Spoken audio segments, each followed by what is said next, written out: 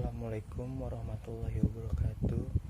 Perkenalkan, nama saya Rizky Dan Pratama dari Fakultas Ekonomi dan Bisnis, Program Studi Manajemen dengan nomor NIM 2892150364 dari kelas C.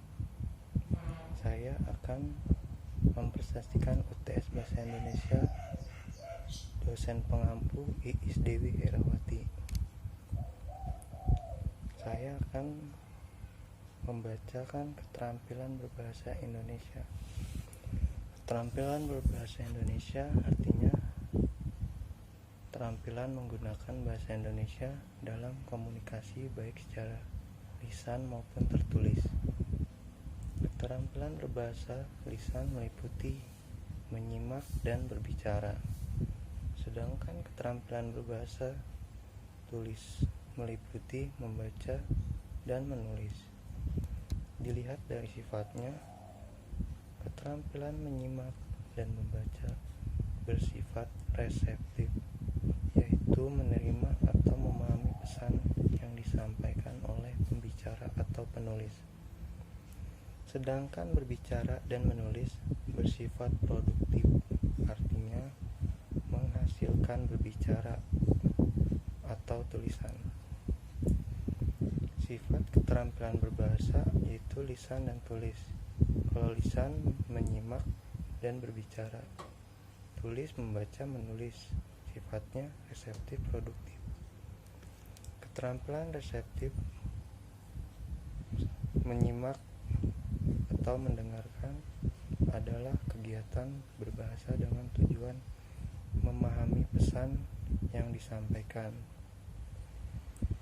Pembicara menyimak memiliki sifat interaktif dan non-interaktif. Menyimak interaktif adalah menyimak dengan melakukan tanya jawab dengan pembicara atau dengan penyimak yang lain. Menyimak non-interaktif adalah menyimak yang tidak disertai tanya jawab antara pembaca dan penyimak. Yang kedua, membaca adalah kegiatan berbahasa dalam rangka memahami pesan yang disampaikan melalui tulisan. Pemahaman dalam membaca ada 4 kategori: pemahaman titular, interpretasi, membaca kritis, dan membaca kreatif. Yang pertama, membaca pemahaman literal.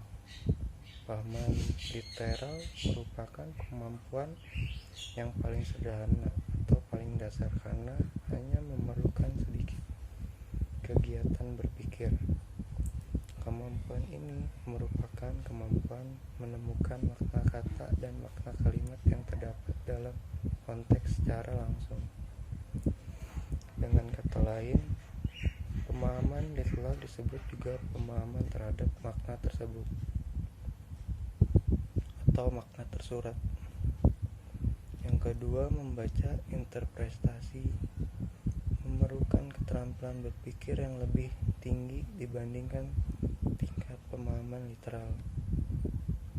Pembaca yang memiliki pemahaman interpretasi memiliki kemampuan yang mengidentifikasi gagasan dan makna yang tidak secara eksplisit dinyatakan dalam teks.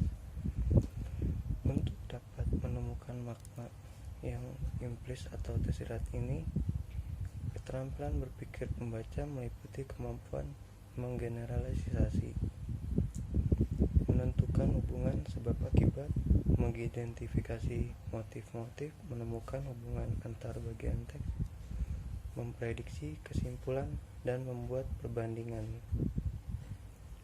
Membaca kritis adalah keterampilan membaca yang dimiliki oleh pembaca yang tidak hanya mampu memaknai bacaan secara literal dan menginterpretasikan pembaca. Pada kategori ini juga mampu menilai apa yang dibacanya. Pembaca kritis mampu menilai secara kritis gagasan-gagasan yang disampaikan penulis dan juga kesahilan data yang tertuang dalam bacaan. Yang Terakhir, membaca kreatif adalah keterampilan membaca yang berada pada tingkat paling tinggi.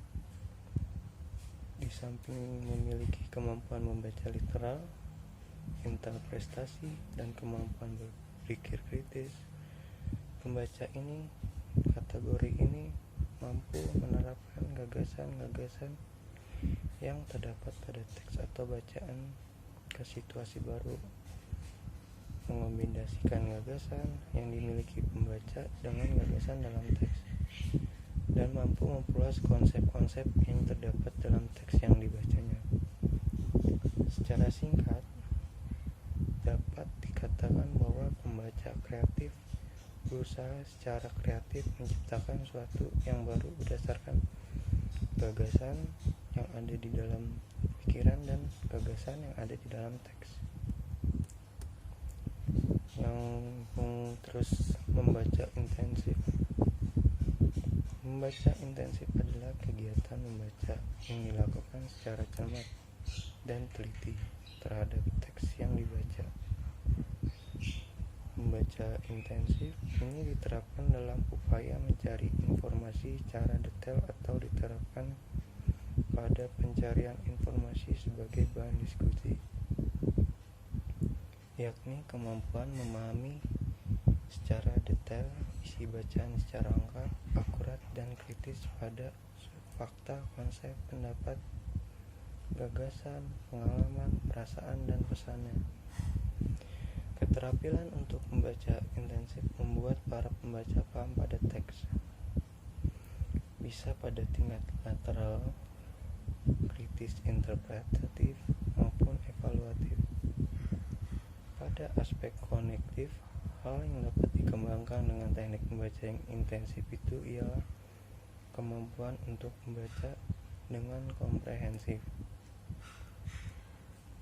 Teknik membaca insentif untuk memperoleh kemampuan membaca intensif dapat digunakan teknik SQ3R, KWLH, dan CATU.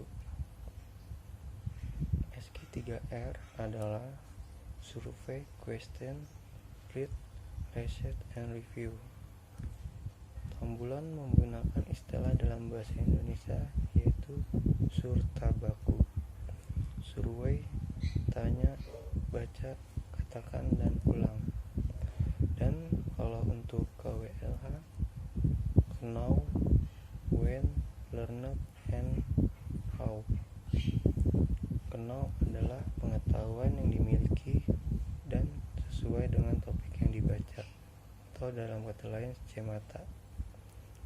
Want adalah keinginan dan keperluan, gagasan topik atau hal-hal yang diperlukan atau ingin diketahui. Dan kalau learn adalah membaca dan memahami pembahasan sesuai dengan topik atau ide-ide yang diperlukan. How adalah bagaimana pembaca mengontrol hasil baca. Apakah masih ada informasi tambahan yang diperlukan? Untuk CATU itu cari, tulis kembali, dan uji. Teknik ini digunakan untuk membaca kata-kata atau karya-karya ilmiah yang lebih pendek mengenai suatu topik. Survei meninjau atau mengamati isi teks secara kilas. Hal yang perlu ditinjau yaitu judul, namun, majalah, bagian pembuka, subjudul, bagian penutup, penulis, dan tahun terbit. Dan sekian dari presentasi saya.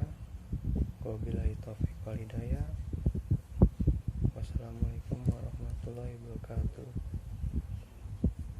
Mohon dimaafkan bila banyak kurangnya.